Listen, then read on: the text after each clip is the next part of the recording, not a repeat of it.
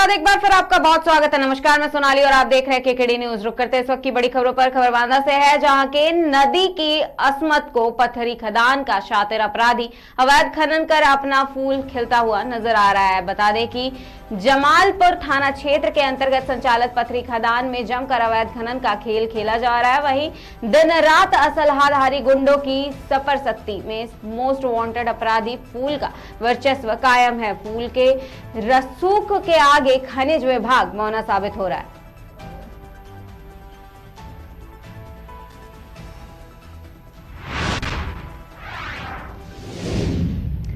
खबरदार से है, जहां जिले के बाग थाना अंतर्गत नगर में अवैध सट्टा दुकानें बड़े पैमाने पर फल फूल रही है। बता दें कि सब्जी की दुकानें की तरह हर गली मोहल्ले में खुलेआम अवैध सट्टे की दुकानें संचालित हो रही है। वहीं जिम्मेदार अधिकारियों की चुप्पी से बढ़ता अवैध सट्टे तितली भंवरे का कला कारोबार कई गरीब आदिवासी को परेशान कर रहा है, जिसमें अपने खून पसीने की गाढ़ी कमाई एक के 100 के चक्कर में गंवा रहे हैं, जिससे गरीब आदिवासी के परिवार में लड़ाई झगड़ा करते हैं, जिससे गरीबों के चूल्हे नहीं जल पाते हैं। अब देखना होगा कि आखिर वरिष्ठ अधिकारी इस पर कब तक रोक पाते हैं या फिर औपचारिक निभाकर अपना पल्ला झाड़ लेंगे।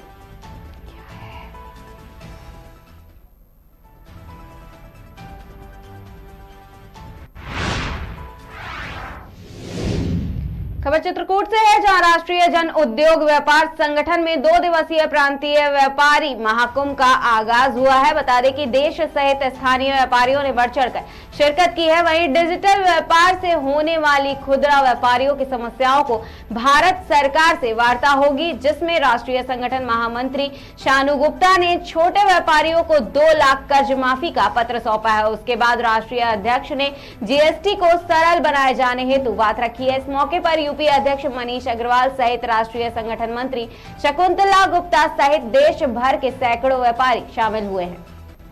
सृजन किया गया है, इसमें कौन कौन से व्यापारी गण आए थे? आज राष्ट्रीय जन उद्योग व्यापार संगठन द्वारा चित्रकूट धाम में प्रांतीय व्यापारी महाकुंभ का आगाज हो गया है। आज प्रांतीय व्यापारी महाकुंभ की शुभारंभ व्यापारियों के शंखनाद से हुआ और निश्चित है आज के जो मुख्य अतिथि थे इस कार्यक्रम के दिल्ली के निवर्तमान भाजपा के प्रदेश अध्यक्ष माननीय आदेश गुप्ता जी और उत्तर प्रदेश समेत अन्य तमाम प्रदेशों से दिल्ली, हरियाणा, मध्य प्रदेश, छत्तीसगढ़ और उत्तर प्रदेश से मथुरा, आगरा, मिर्जापुर, वाराणसी, सोनभद्र, कानपुर, फतेहपुर, बिंदकी और भी तमाम अन्य जिलों से बांदा, चित्रकूट और भी महोबा, हमीरपुर, तमाम ऐसे प्रयागराज ऐसे तमाम जिलों से पधारे हुए यहाँ पर व्यापारी भाइयों ने आज अपनी आवाज और एकता का प्रदर्शन किया है, एकता का संकेत दिया है कि निश्चित है कि अब व्यापारी किसी से पीछे नहीं है। अब व्यापारी बिल्कुल एकजुट हो चुका है। आने वाले समय में जो भी अमूलचूल व्यापारियों की मूलभूत समस्याएं हैं, जिस प्रकार से जैसे जीएसटी का सरलीकरण हो, हर व्यापारी व्यवसायी अपने घर में स्वयं वह जीएसटी का रिटर्न दाखिल कर सके, ऐसा सरल जीएसटी नियम कर दिया जाए और व्यापारी राहत कोष का गठन हो और भी अन्य ऐसे तमाम विषय हैं जिनको लेकर के आज महत्वपूर्ण विषय पर मंथन और चर्चा हुई व्यापारियों की। और इस सरकार में सबसे ज्यादा भागीदारी इस समय व्यापारियों की है और व्यापारी निश्चित है सरकार का मुनीम है, जो एक एक रुपया आम जनता से एकत्रित करके सरकार के, भारत सरकार और प्रदेश सरकार के कोष को भरने का काम करता है।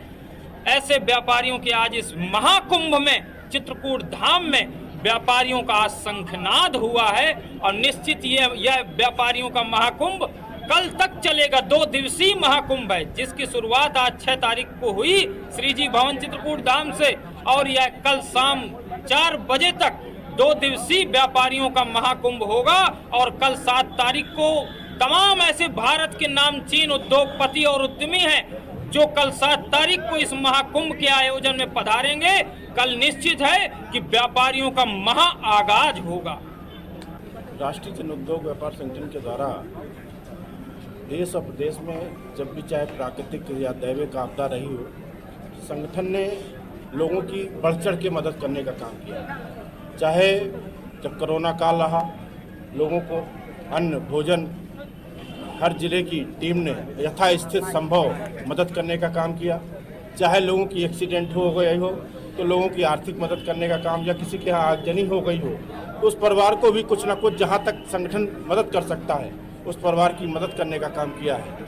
आज राष्ट्रीय जन उद्योग व्यापार संगठन के द्वारा क्रांति व्यापारी महाकुंभ, और कुंभ का मतलब होता है जहाँ पर कुछ जब मथुरे से कुछ निकलता है, इस आज जो मंथन चल रहा है उसका मैं समझता हूँ प्रदेश में जो देश के लगभग 11 करोड़ MSME, क्योंकि पहले जो लघु उद्योग थे, कुटीर उद्योग थे, उसके बाद भारत सरकार ने MSME के अंदर देश की जो रिटेल ट्रेड है उनको जोड़ने का काम किया है। लेकिन रिटेल ट्रेड में जोड़ तो दिया, लेकिन उन व्यापारियों को ना तो कोई जैसे लोन की सुविधा है जिस तरह से मिलनी चाहिए उस तरह से वो सुविधाएं नहीं मिल पा रही हैं। और साथ में रिटेल ट्रेड को सबसे बड़ी दिक्कत आज वर्तमान में ई-कॉमर्स से है। ई-कॉमर्स का व्यापार जिस तरह से खुदरा व्यापार को खत्म कर रहा है, उस खुदरा व्यापार के लिए राष्ट्रीय जन उद्योग व्यापार संगठन जब तक खुदरा व्यापार बच नहीं जाता है या उसके लिए ऑनलाइन ट्रेडिंग पर अतिरिक्त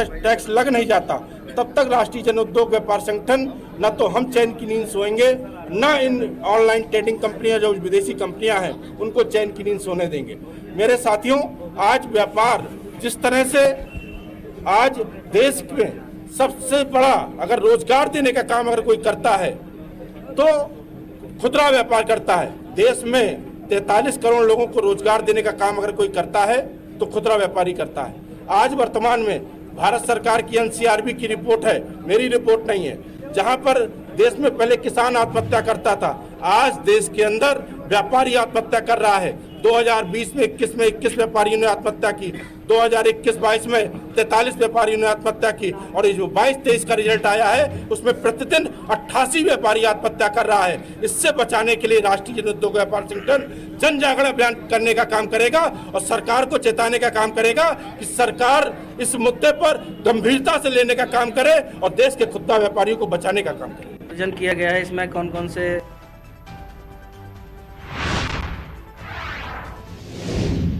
खबर औरैया से है, जहां सदर कोतवाली पुलिस को बड़ी सफलता मिली है। बता दें कि सदर कोतवाल पंकज मिश्रा व ब्रह्मनगर चौकी इंचार्ज हेमंत चौधरी ने वाहन चेकिंग के दौरान मोटरसाइकिल चोर को मोटरसाइकिल के साथ गिरफ्तार किया है।